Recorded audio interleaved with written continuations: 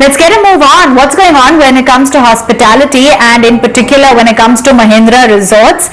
We've got Kavinder Singh as the Managing Director and CEO of the company now joining in. Thanks so much for taking time out. We really just wanted to take stock of the situation at hand because a very catch-22 situation, Mr. Singh. The vaccine is of course a major booster for travel and tourism, but then that spike in cases, that can definitely deter demand for occupancy growth. What's the sense that you're getting? How have inquiries been over the past couple of months? Okay, if I look at the occupancies or bookings over the last 3 months, I think we have had a fairly good run.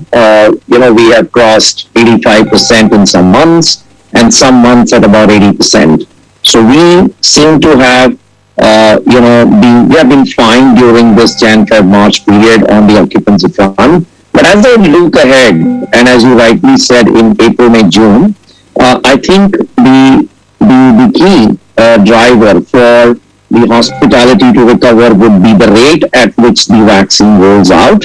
But I'm also quite sure that as people get their second jab, and after a few days of getting the second jab, say about 2 weeks, people will make travel plans again, and we are seeing that kind of a trend.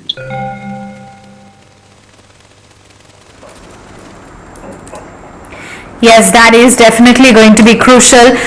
Now, let's talk about your overall occupancy growth. You said at an average it's at around 80%. Some properties, I understand, have even posted 100% occupancy growth. What have been the trends across your resorts? So if I look at the resorts in up north in Himachal, and if I look at the resorts in the western region around Mumbai, and if I look at the resorts down south, we have seen at various big weekends, occupancy is hitting 100%. And what I am noticing is that there is no trend that there is a particular region where the occupancies are low. We are seeing all round. And more important, in the long weekends, we have seen a very, very big turn up of people at the resorts. And I believe it's also due to the fact that one, we have 250,000 plus members that we have. And more importantly, the Club Mahindra Safe Stay program and Travel with Confidence program has generated enough confidence amongst our members to travel safely to our resorts. So all in all, the occupancy story looks good. As I mentioned, vaccine rollout should hopefully maintain the momentum that we are seeing. So parallelly, I would like to highlight to you that in this year that has gone by, we ended up adding about 10 resorts. And all those new resorts are also seeing very, very high occupancies.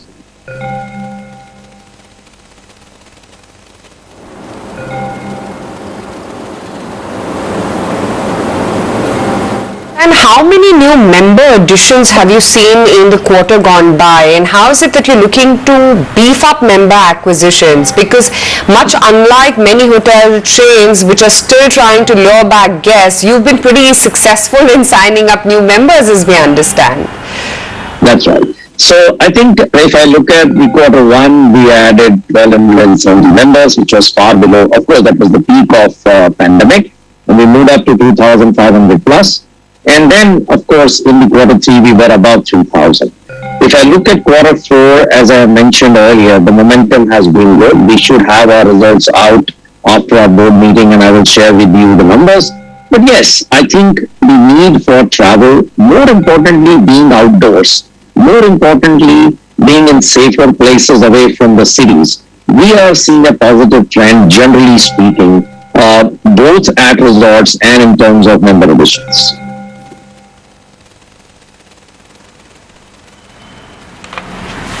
Okay.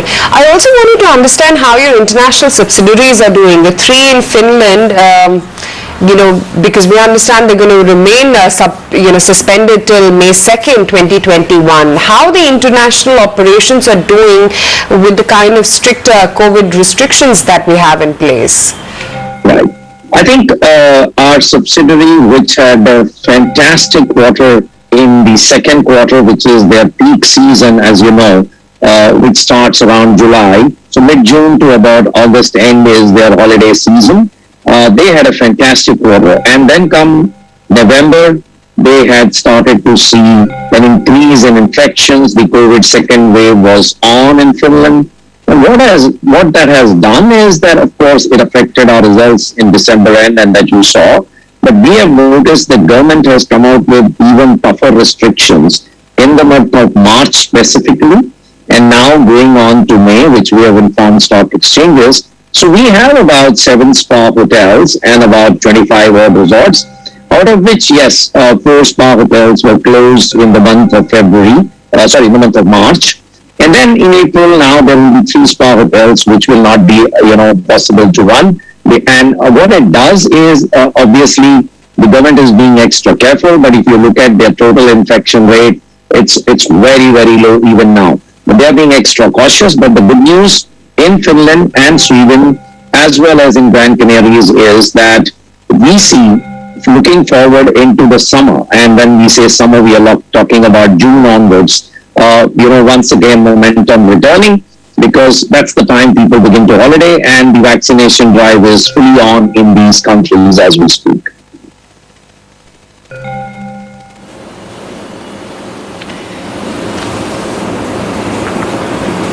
Sure. What about F&B activities, Mr. Singh? What are revenues looking like on that side, vis-a-vis in terms of overall percentage? I mean, how have they picked up? Yeah. So I think what's happening, we are noticing that F&B, which is, and it's a very interesting pattern that I have observed, and I'm quite happy to share with the viewers. Earlier people would come to our resorts and they would say that, hey, we can eat in resorts, maybe our breakfast and probably dinner, but, let's go out for lunch and, move around a bit, and maybe they would probably eat at a place which will not be the best and probably save them some costs. But one of the things that we noticed is that now, just to let you know, all our kitchens are, the resort kitchens are ISO 22000 certified. All our resorts are Bureau Veritas certified on COVID safe protocols. Now we are noticing people want to stay indoors in the sense in the resort, and they want to eat at our restaurants or at the room depending on their family size and if they have any special occasion. So we are noticing that yes, there is an uptick in the F&B revenues that we are noticing, and that's something that was expected. And by the way, some of that we did see in the October, November, December quarter, but I think in the Jan, Feb, March also we are seeing a similar trend. But people want to consume now food in safe and hygienic places, which actually always well for us.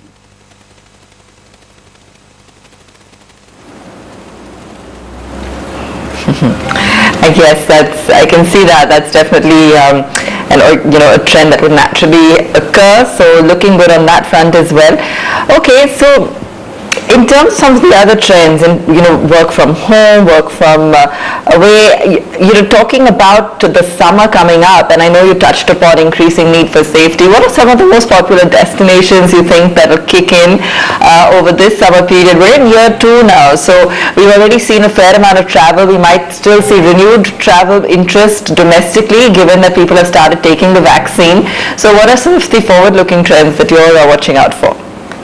Very interesting question, and my favorite question, because I keep thinking about this. And first point I want to make is that we started our vaccination sometime in March. So a lot of people are going to get their second jab in April, and I can see people making their plans, and I can see that in our forward booking trends as well, that people are wanting to travel and get out of their homes, because some people have definitely followed the rules all the way. And particularly older people, they have time on their hand, they have money on their hand, they are looking forward to their travel, number one. Number two, I'm also noticing that you did talk about work from home and the whole idea. So I'm noticing that people are actually bringing children to our resorts, and actually children are writing their exams online at the resorts. When I actually met a family which was doing the same, and I was surprised that in our times, you would not think of actually leaving your home if you have an exam. So the online bit is also helping our, some kind of these seasonality might blur. We may not have any seasons. People might travel in all the seasons that they can, because they can literally do work online as well as their children could sort of do their, exams writing online and even studies online.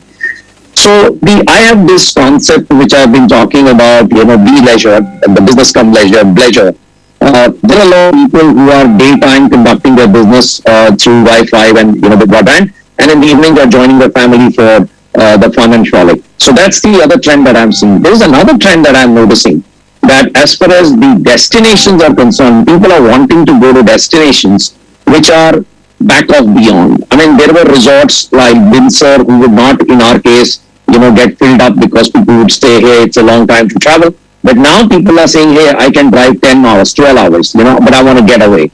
I want to be in places which are open, where I can actually, be in nature. There are a number of people who have requested us to start this bird watching activity, because a lot of our resorts have lots of migratory birds who come in. Is interesting. So we are in fact now having ornithologists who are actually taking people on bird watching tours, who are going on trails. We have electric bike tours where people can actually use an electric bike in an environment friendly and explore. As you know, we took stake in this company called Great Rock Sport, and those people are also working with our teams at the resorts to create great outdoor experiences. So destinations which are far, which are in amidst nature, are again getting very popular. Another very interesting trend: people want to travel in groups, friends, families, extended families whom they know, and they are traveling in a bit of a bubble. People whom they know, whom they can trust. As you know, in our club, anyway, people do not have to pay for the room because they've already paid through the membership fee.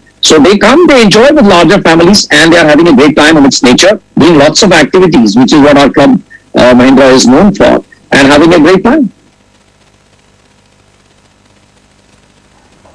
So you're clearly very well placed at a time like this. So I'd assume then, Mr. Singh, that the outlook when it comes to the profitability, when it comes to your cash at hand, cash balances, is all quite comfortable. What are you targeting by way of your profits?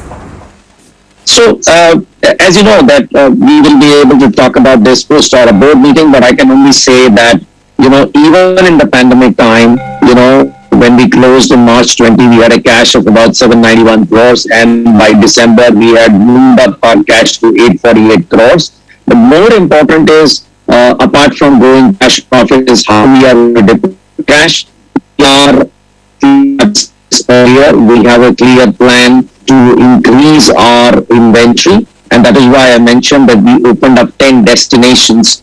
Just to let you know, we opened up a new place in Jaipur, Kerala, Arakati, which is just about 1 hour from Cochin, and we have a tie-up with 3 amazing resorts in Andamans, and we have opened a new resort in Goa, which is again amidst nature, not in front of a beach, but again very well already.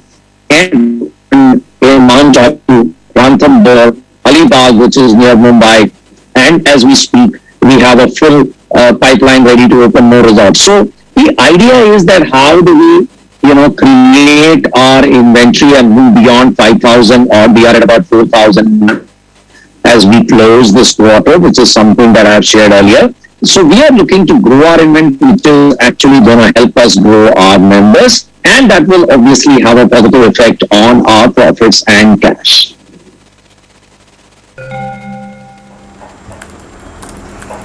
All right, good to know. Thanks so much for taking time out, Mr. Singh, and giving us a flavor of how business stands for you.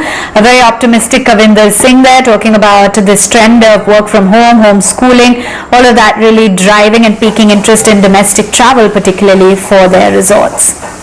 Right, back to the market action then, and what have been the target price revisions in the month of March in terms